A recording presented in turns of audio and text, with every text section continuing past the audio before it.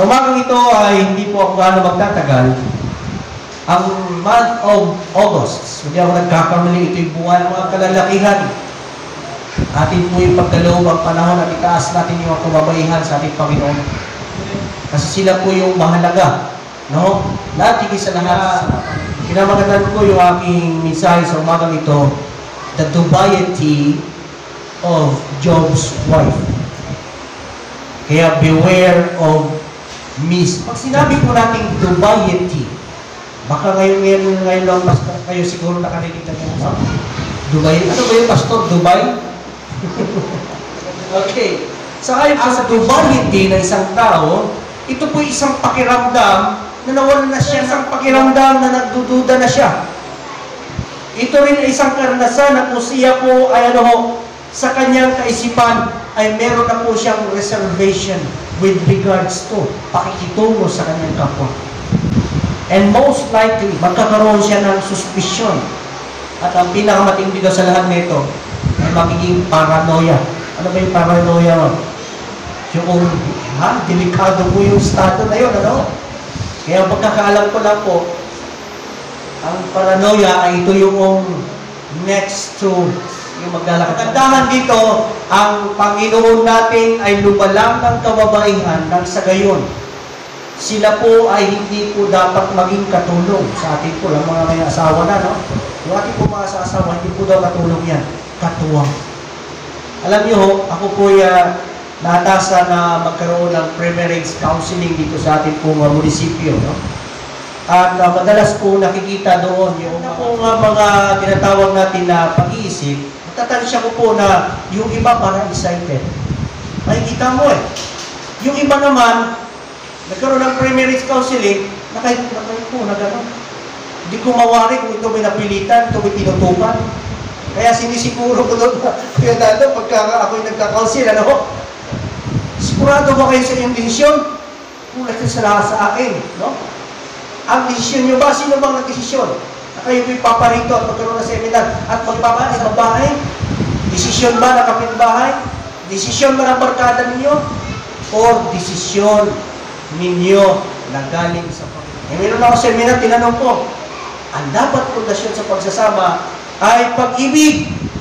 Sapagkat sinasabi sa banal na kasulatan, sabi ko, 1 John 4:8, God is buti kayo sumagot. So dito po sa ating po pag-aaralan ngayon, bago po magkaroon ng estado, higit sa lahat, yung karanasan sa nangyari po, kung yung pong papansinin, ang talatang 9 ng 2 ng Hope, sinasaad po doon ang isang katanungan. Isang katanungan na nagmarka sa isipan po mga eskular, mga mananampalataya, at higit sa lahat yung mga sumusunod sa ating Panginoon, na yung karakter po ng asawa ni Hope ay nagiging villain, nagiging kaaway sa ating paningin. Anong sabi doon? Mananatili ka baga ay yung Diyos. Mamatay from words. Alam niyo bago tayo papalaw, sa banal na kasulatan, meron lang pong naitalang 3 pangalan na sila po'y tinuring na matuwid sa their righteousness. Sino po yung una? Sabi po sa Bible, sa Genesis po, si Noah. At sa mga linya po ng writer, ang pangalawa po na matuwid sa harapan ng Diyos ay si Daniel. At ang pangatlo, sino po? Pag-uusapan natin ngayon. Para makikita natin yung paghahalay ng mga salita ng Diyos, lalo higit sa lahat sa paglalarawan. And most likely, ako yung unang nailathala ni Moses bago ang Genesis. The oldest book in the Bible is not Genesis, kundi ang aklat ko ay galing po sa lugar ng Uz. At ang bayan ng Uz ay hindi po siya descendant ni Israel. Siya po descendant ni Esau. Ang magandang balita dito mga minamahal, kasi si Hope kasi, at siya sa akin yung chapter 14. Ang sabi ko doon, may makukuha ba tayong mabuti sa gitna ng marumi? Sabi ni Hope, wala. Kaya marami ang nanlalangin sa pananampalataya kasi maaaring hindi naunawaan ang mensahe. Kaya ang ating lesson kanina, ano na yung karapat-dapat na mensahe? The lesson is very interesting. I would like you to be reminded that there are 3 M's about sa ating lesson. Ang very important po doon yung tinatawag natin ng message. Sa oras mga minamahal na hindi natin naunawaan yung mensahe ng ating Panginoon Diyos, nakatala po doon sa Revelation 14. Meron kinalaman ito doon sa sinasabi sa Solomon sa Ecclesiastes talatang 13, ay yung atin palang gospel na dinadala mga minamahal. Yung mensahe na atin pong dinadala. Yung present truth. Ano po parawagan doon? Dali natin si Kristo sa ating pong mga buhay. At ang kagandahan doon, kasi may dalang judgment yun, ito yung mga na-misinterpret karamihan. Hindi ako nagkakamali sa atin po, maging ang ating mga kaalim sa iglesia with regards to judgment. Ang judgment po pala ay bahagi ng good news. Ang mag-judge sa atin wala ibang ating Panginoon. Hindi po tayo. At ang pangalawang M natin po tandaan, ang pangalawang M ay yung messenger. Ang messenger po, sabi sa banal na kasulatan, yung three angels message, ay hindi po yung nagrepresenta yung literal na anghel. Ang messenger po doon na magdadala ng pabalita na walang iba, ikaw at ako mga minamahal. Meron tayong mahalagang misyon. Meron tayong dinadalang mensahe na yung message galing sa Diyos. Yung good news, yung gospel. At ang panghuli pong M, yung master. Kasi sa oras mga minamahal, tayo po bilang mensahero ng Diyos at hindi gumaganap, hindi nagpapalaganap ng mensahe. Kasi yun ang kaibahan ng Seventh-day Adventist. No? Okay, mag-isingin Seventh-day Adventist. Doon po naunawaan, ito pala. May mensahe pala tayong espesyal. Hindi tayo dapat makibahagi. Hindi tayo dapat maging katulad ng sanlibutan. Kundi manirahan tayo sa sanlibutan, ngunit kakaiba tayo. Kaya yung last M doon, yung master. Alam niyo yung master? Yung amo, yung Panginoon. Kasi pag sa oras na yung ating mga buhay ay hindi nakasentro sa ating Panginoon, hindi nakasentro sa gospel ng Diyos, ano mangyayari? Pang-master yung ating makaglingkuran. Kaya in the last days, the Revelation, ay nagdadala po siya ng magandang mensahe sa bawat sa atin upang sa ngayon ipahayag natin sa buong sanlibutan. Ang gospel po natin ay hindi po yung Adventist na po maliligtas. No! Hindi tayo inatasan ng Diyos na magdala ng pabalita ng pangatlong anghel. Anong dadalhin natin? Yung magandang balita. E paano maging magandang balita mga minamahal? Sa ating mga buhay. Tayo po nakaalam mo. Yun din po ang nangyari sa buhay po ni asawa ni Job. Po ay galing po sa angkan ng Esau clan. Nakapatunay na siya po ay, alam niyo si Job kasi ay kinikilala ng mga taga-Oman. Isang lugar sa Middle East, particularly sa Saala, Oman. At meron po doon siya doong Musileo na siya po pala hindi po kalangit ng bayan ng Israel. Pero balik tayo sa istorya ng asawa ni Job. Bakit nasabi niya yung ganong katagal? Bakit na lang po sa kaisipan po ng mga ngalan ay lagi pong nagiging kontrabida ang asawa ni Job? Bakit nagkaroon ng dubiety, a feeling of dubiety ang asawa ni Job? At ang pagkatala nito, nung mabasa natin, negatibo na yung kaisipan. Kung mga karakter, mga minamahal. Meron pong sinabi sa isang author, sabi dito, you build your reputation for years, but just millisecond of mistakes destroys them all. Reputasyon, ang iyong pangalan, inalagaan mo ang iyong integridad sa buong pero sa kapiranggot lamang daw na kamalian, sa isang pag sinabing second, mataas na yun. Millisecond na sinabi dito ng author. Ngunit sa isang pagkakamali daw, mag-granted natin yung tao, at ito po daw ay sisira na sa ating reputasyon. No one notices your tears. No one notices your sadness. No one notices your pains. But they all notice your mistakes. Maging yung mga karasan, kalungkutan, at mga kalumbayan. Pero alam niyo ho, ang madalas lang po daw natin napapansin, yung kaliliitang mali. Yun po yung nangyari sa asawa ni Job. One little mistakes and everything goes wrong. Let's consider the background of the wife of Job. Sa kabilang banda, nakitala po dito yung tinatawag natin, nagkaroon po siya ng 10 anak. 7 sons and 3 daughters. Yung asawa doon ni Lot ay anak po ng 10. At imagine po natin ang kalalagayan nilang araw, walang aircon. At hindi pa uso noon ang battlefield. Ano? At sino po nagbabantay sa kanyang mga anak? Imagine na. Kahit gaano man sila kayaman sa ayon po sa tala ng siya po during the wee hours of the night, magigising po ang asawa ni Job upang pasusuhin niyo ang kanyang mga anak. Hindi nakita niyo ng marami sapagkat ang naitala ayaw na doon sa dospre. At ang kasabihan po ng marami, sa tuwing ang babae ay mga anak, sa ang kanilang paa daw na sa kabilang, you must be a good mother. Sapagkat mabuti si Job. Righteous si Job. Kasi meron tayong kasabihan, the success of a man depends. Kaya no wonder, sabi po ni Solomon, kawawa yung mga nag-aasawa. Na yung kanila pong mga asawa, ang kanila pong mga bibig na kanilang mga asawa ay hindi mapipigilan. Mas mainam pa daw ang manahan ka doon sa isang kuweba.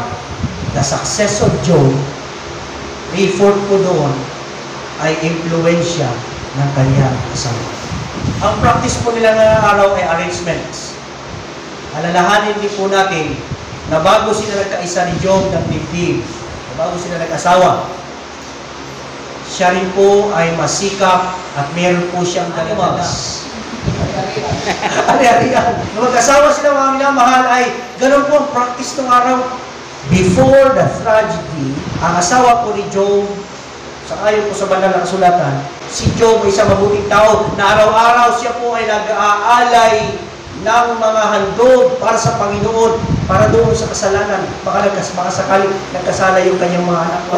Sa tuwing alas 12 ng gabi, madaling araw, yung responsible father na may takot sa Diyos, inisa-isa niya yung anak niya lalapitan at ipanalangin sa Ama. Tayo mga ama sa tahanan, atin ba yung ginagampanan? May sabi sa akin, nag-seminar ako ng ganito, pastor, masyado naman yung ay sabi ko na lang po, simplify na lang po natin, modernize natin yung dating. Sasabihin niyo lang po sa inyong anak, bago sila alis sa bahay, bago sila kung saan magpupunta, sabihin niyo po sa kanan sa inyong mga anak. Madali, mahirap. Sasabihin natin bilang mga ama, God bless us. Kahit sino mo yung ating makasalamuha, we will say, God. Hanging 7 anak na lalaki at 3 anak na babae ang pinag-aalayan ng Job. Meaning to say, ang asawa ni Job ay malinis. Ang asawa ni Job ay very supportive sa kanya at ganoon na lamang ang kanyang kaisipan na wala siyang reklamo. The moment nagkaroon na affliction si Job, namatay yung kanyang 10 anak. Sa palagay niyo kaya happy yung asawa ni Job? Nakatunghay, nagkasabay-sabay, namatay yung kanyang mga anak. At hindi lang po doon, okay lang po nakamurol. Sa ayon po sa pastoral counseling, ang pinaka-matindi sa lahat, at ang palala ng palala na tiyempo mga minamahal, pagkatapos ng libing, yung wala na yung magpo-comfort sa atin. Yun po ang naranasan ng asawa. Pero hindi po naitala na siya po nagreklamo, di mo pa. Pinagmamasdan niya habang hinuhukay yung 10 butas at nandun din po yung 10 kabaong. Imagine niyo dahil. Naranasan kong nawala ng anak. Namatay yung aking anak sa tragedy, At hindi po ako natuwa. Naranasan ko rin nagtampo sa Panginoon. Naranasan ko nag-question mark sa Panginoon. Kasi panganay ko yun Pero look at Job's wife. O siya nakitaan ng pagreklamo. She just grave about the loss of her children. Nasa kanyang karanasan, sa mga bagay-bagay na yun, kanya pong naranasan kung gaano naranasan ni Job ang kasakitan. Ay ganoon din po ang kanyang naranasan. Ngunit sa kabilang banda, meron po isang kwento na nangyari po sa mga talata po na nag-uusap ang ating Diyos at si Satanas. Kung papansin niyo po ang mga talatang 7 ng chapter 1. And the Lord said to Satan, Where thou art? And said, From going to and fro in the earth, and from walking up and down in it. Sapagkat hindi alam na asawa ni at maging si Job sa kanya pong pamumuhay. Na mayroon pala isang pwersa na kung saan nag-claim sa ating Panginoon, kaya mo lang pinagpapala yan Kaya mo lang binibless yung mga yan sapagkat marami siyang tinatangkilik at nagtitiwala siya sa iyo. Kaya nagtiwala sa iyo yan. Diba? Pangalan pa na yun. Okay, nagkaroon po ng dialogue si Satan nakakaaway. Ang Panginoon. Ang nangyari po dito sa kanya pong karanasan, namatay po yung mga kahayop, ang mga animals, kayarihan. Namatay po yung mga anak sa ayon po sa tala. Ay tahimik po ang asawa niyo. Nung mga matay na ang lahat, ang hindi po matiis na asawa ni Ham, nung siya po ay nagkaroon na ng mga bukol, may mga pigsa sa kanyang katawan. At habang siya po'y nakaupo doon sa punto ng mga abo, nakita ng asawa ni Job, kanyang pinagmamasdan ang kalulus-lulos na karanasan ng kanyang mahal na asawa. Nakita niya na si Job sa tuwing tatalon yung mga maggots. You know, maggots? Yung mga uod, no? Pag tumatalon, kinukuha ni Job, uy, kawawa ka naman, baka mamatay ka diyan, wala kang pagkain. Pinabalik niya sa kanya suga. At yun po ang hindi masikura ng asawa ni Job. Sapagkat ang pag-ibig ng asawa ni Job ay ganun katunay at dalisay para sa kanyang asawa. He became righteous, or became righteous. Consider that God used his wife. Merong factor dito. Kaya dito sa talatang ito ng 9 ng 2, ganun na lang po ang nasambit na asawa ni Job. Mananatili ka baga sa iyong katapatan sa Diyos? Sumpahin mo siya. Curse God and die. Hindi yan. Kasi di na niya kakayanin na kung saan ang paghihirap ng kanyang asawa. Kaya mga mahal sa buhay, ating po mga ama ng tahanan ng dito, no? Alam niyo ho, sa ngayon po sa survey, tayo daw mga lalaki na nagtatrabaho, pagka tayo po ay nagsipag at tayo po ay naging mabuti sa ating trabaho, marami pong mag-recommend. Marami din po ang mag-compliment. At marami ang babati sa atin.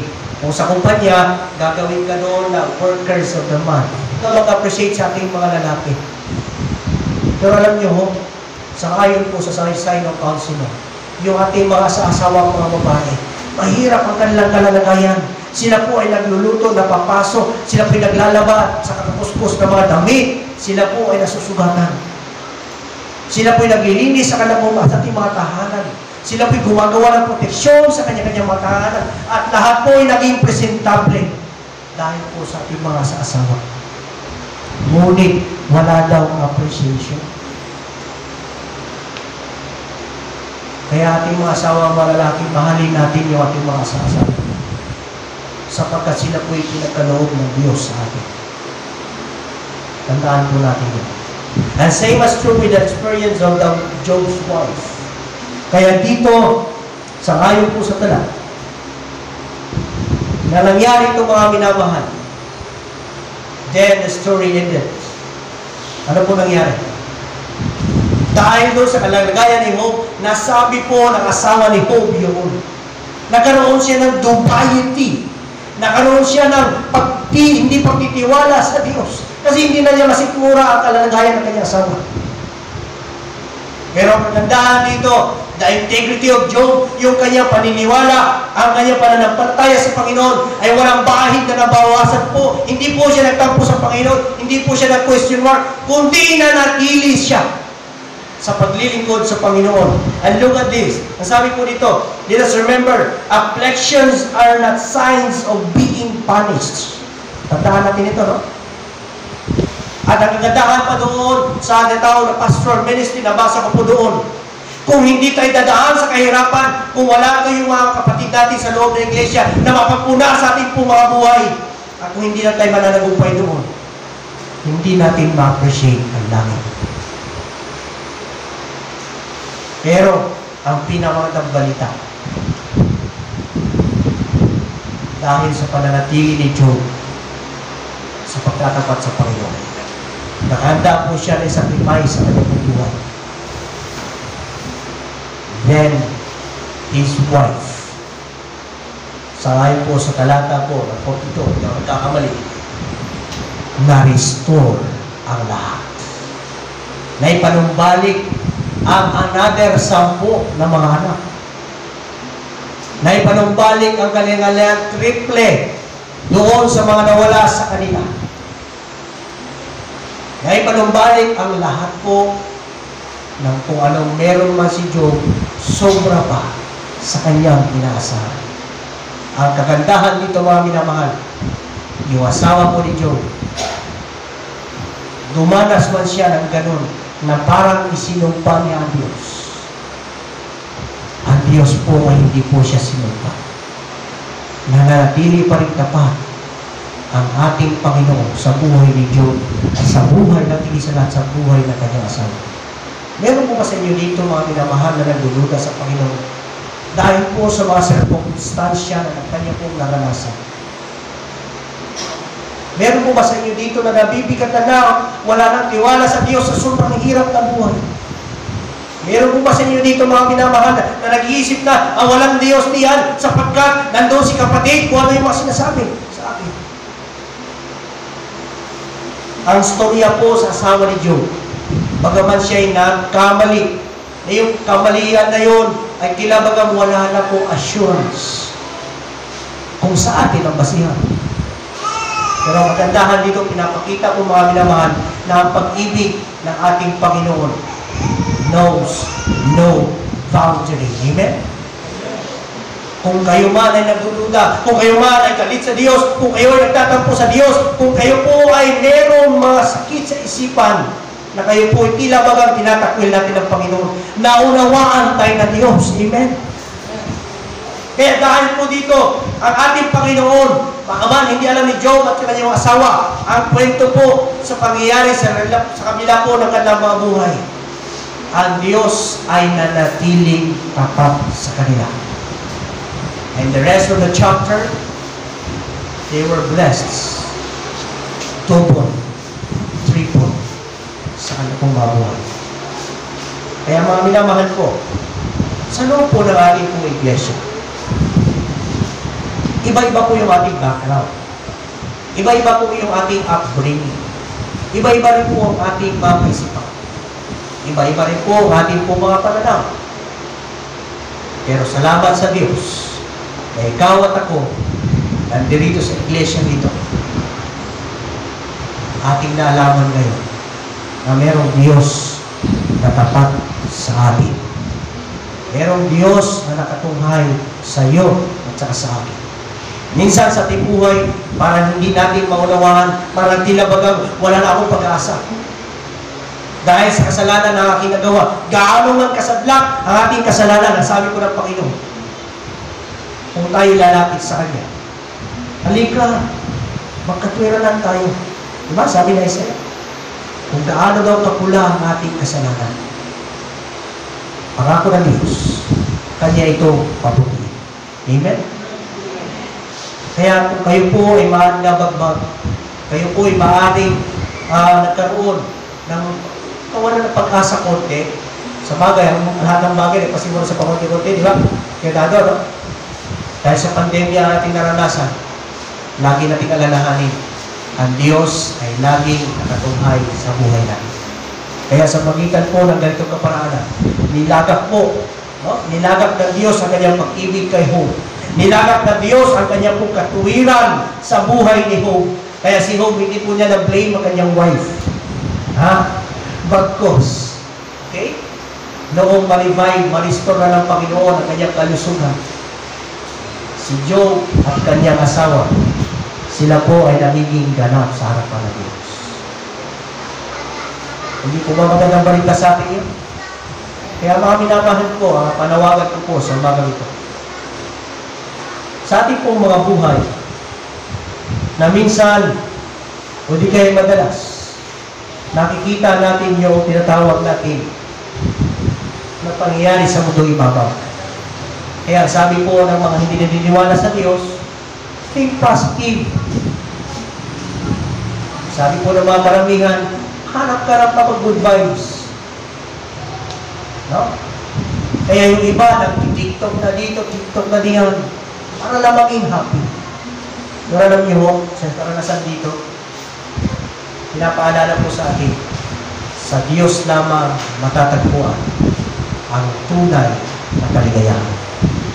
Magandang asawa, kukupas din yun.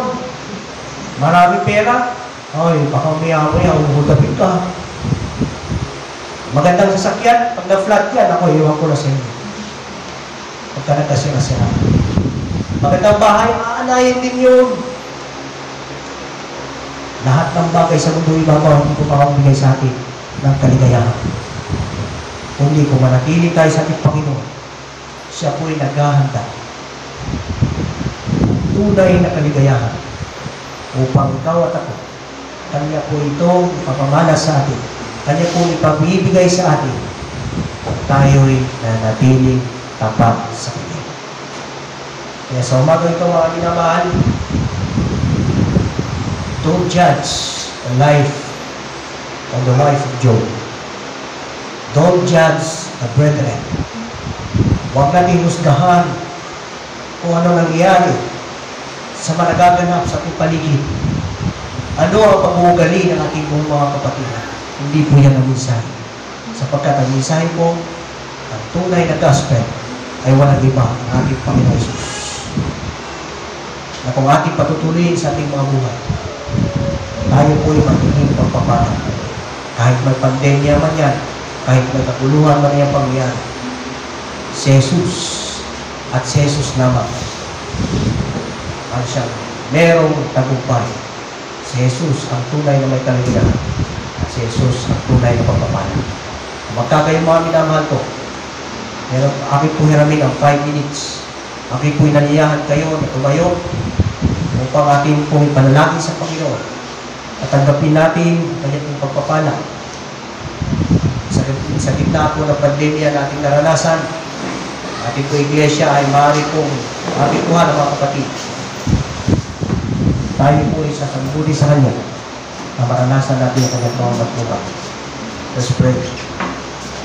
Ama manal ng mapangyarihan, may-ari ng aming buhay. O anong tuwa, Panginoon Diyos at galak na aming makita ito na sa kabila ng istorya ng buhay na asawa ni Job, kayo, Panginoon Diyos, ay nanatiling tapat. Kahit pa doon sa mga tao, Panginoon, na saglak na po ang kasalanan maaari sa aming paningin. Merong mga bagay, Panginoon Diyos, na hindi namin maintindihan. Ngunit salamat, Panginoon, sa iyong dakilang pag-ibig sa kwento ng buhay ni Job at ang kanyang asawa at ang kanyang pamilya.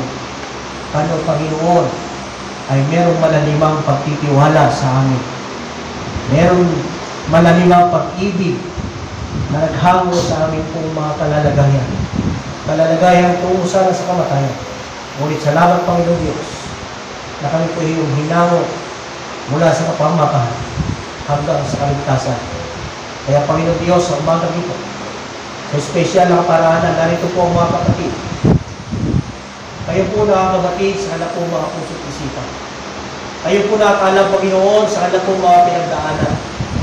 Kayo rin po, O Diyos, ang nakakaalam at nakakasuri sa anak pong buhay mananampalataya ko sa inyo. Panginoon, maaaring ang mga bagay na ito inyo pong pinapahintulot sapagkat nakita niyo po ang aming mga kakayanan. Pero ang pinakamanda sa lahat, Panginoon Diyos, sa oras na kung saan hindi namin makayanan ng mga pagsubok at problema, nariyan po kayo. Siyang handang magpupuno sa amin. Nariyan po kayo na magbubuhos po na iyong kung dakilang pag-ibig. Nariyan po kayo, Panginoon, na magpupuno sa aming mga kakulangan. Nariyan po kayo na siya, Panginoon Diyos, na bubuhos sa aming mga buhay. Ang amin ng Panginoon, isang bagay ito. Aming inaamin sa inyo, kami po'y lubos na makasalanan. Ngunit, Panginoon, amin pong kiniklaim sa inyo. Ang inyo pong pangako sa amin, lagi sa lahat ay ito dakilang kapatawaran. ang iyo pong dakilang habang ipadama nawa sa aming Panginoon upang hindi lamang po kami magsipaglago sa iyo pong biyaya, kundi kami Panginoon ay kapaki-pakinabang at magiging maganap, maging masayahin kami sa paglilingkod po sa iyo. Sa gitna po ng pandemya, sa gitna po ng mga kabiguan, sa gitna, Panginoon Diyos, ng mga pagsubok, mananatili kaming mananagumpay sapagkat, Panginoon, aming pinanghawakan lahat na kayo po'y nagtagumpay na sa aming mga buhay. Now, Panginoon Diyos, ang magang ito, mapanatili sa aming mga kaisipan, ang tanging kapayapaan at buhat sa inyo, at higit sa lahat, ang balot po ng dakilang pag-ibig na siya aming maranasan sa araw-araw, na siya pong aming inspirasyon sa aming pamumuhay, ngayon at magpakailanman sa pangalan ni Jesus.